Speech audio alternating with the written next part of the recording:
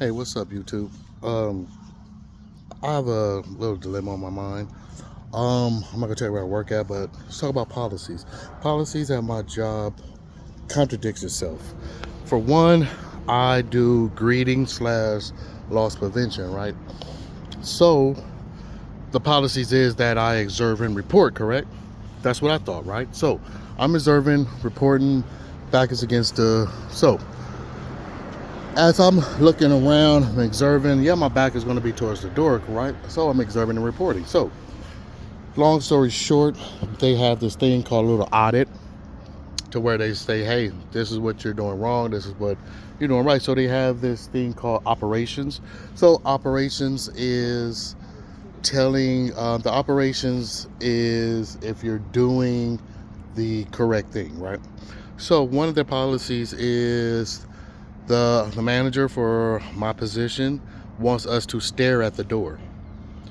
But I do have to observe and report, correct? How can I observe and report anybody doing any kind of funny business, like any kind of suspicious activity? How can I report suspicious activities when my back is towards the store? That doesn't make any sense to me. Some of these stores' policies are contradicting themselves, but if you say something, then your back is against the wall. They're like, well, we can find somebody else that's just going to fucking just do what we say to do. I do my job the best way that I think that I can do it,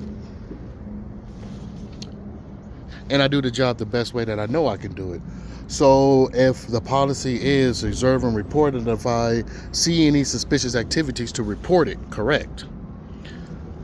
So why are you telling your front door people to stare at the door so you guys could see, so we could see who's coming in, if you have any regulars coming in, anything like that? But the new policy is I can't touch them, I can't grab nothing, I can't do anything.